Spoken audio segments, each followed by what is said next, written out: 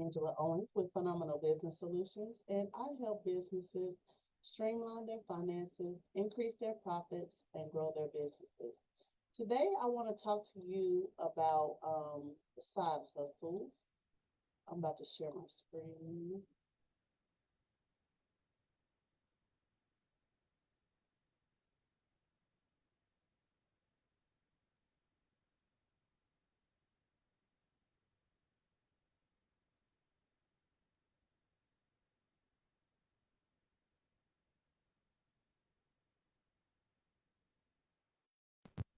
I'm going to be talking to you about your side hustles. If you're a creator, if you do job hair on the side, if you do some type of mechanical work or music or whatever, we want to make sure you stay compliant and keep your money.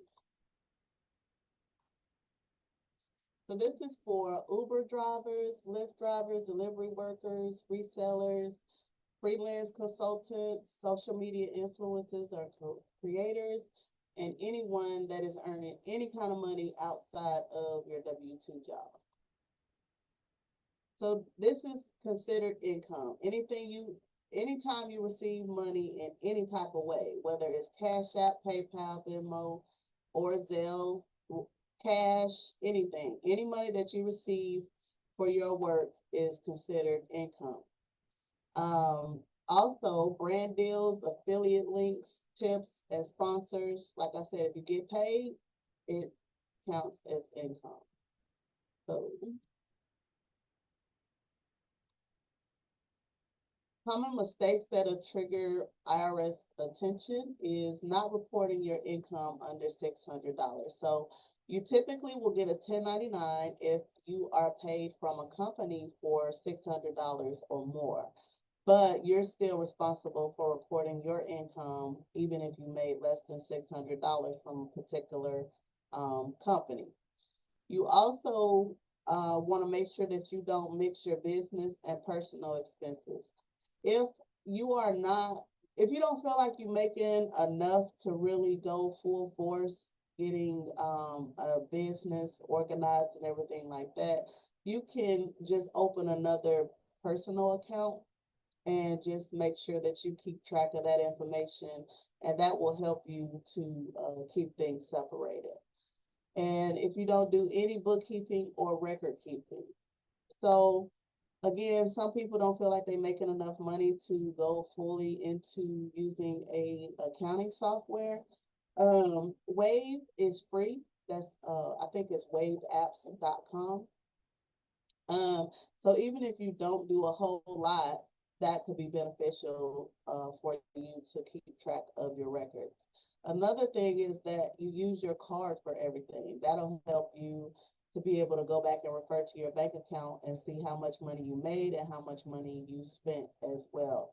And then you can keep receipts. If you don't use QuickBooks or anything like that, there are programs that you can download on your app so that you can take a picture of your receipts every time you have a business expense. And then make sure you keep those email receipts as well when you get those confirmations. And also claiming vague or excessive deductions. So if you are claiming like travel because you went out of town for 2 weeks and it has nothing to do with your side gig, that's excessive. So there's some more examples, but just keep it within the range of what you're actually doing. So your key tax responsibilities is to track all your income, again, even if you don't get a 1099, separate business and personal, keep your receipts and mileage logs. I like Mile IQ. That'll track all of your mileage, and then you can swipe left or right depending on if it's business or personal, and that will help you to have an accurate number for your mileage. Also, file your quarterly estimated taxes if necessary. So once you get to a certain range of income, you want to check every 3 months to see if you need to pay some quarterly taxes. And you want to also report all your income honestly, including what you get from payment apps. So these deductions can help you out. Home office space. depending on the situation.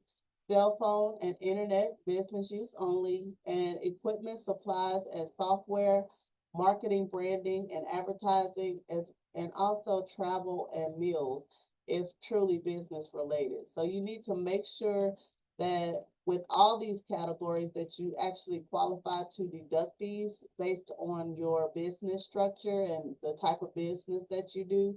For example, if you are a creator, a social media online creator, and you're getting paid for your account and your whole thing is all about food that you're tasting, you can deduct the money that you are spending for the food because it's directly related to what you're doing. If your social media influencer is related to travel and you have to go here and there in order for you to make your content, to some extent, that travel will be deductible. So everything is case by case, and can you prove that it is related to what you do? That's the biggest thing with what you can and can't deduct. So this is for influencers specifically.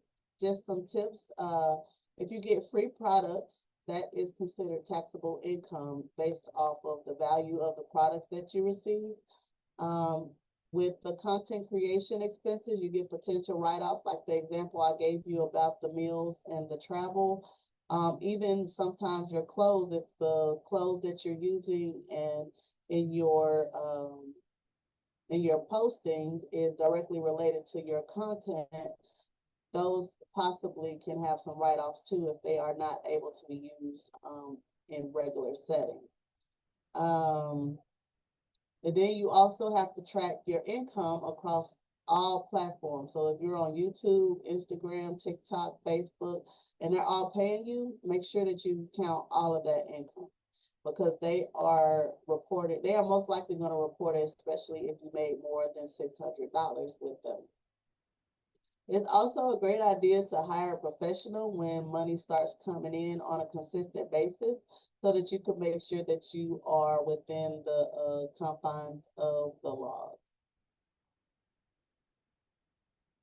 So if you don't file, you can possibly get late penalties and interest, IRS notices and audits, and loss of deductions and credits, and also delayed financial goals. For example, when you're getting ready to buy a house, that income that you skipped out on because you didn't want to claim it could have been what qualified you for being able to purchase a home on your income. So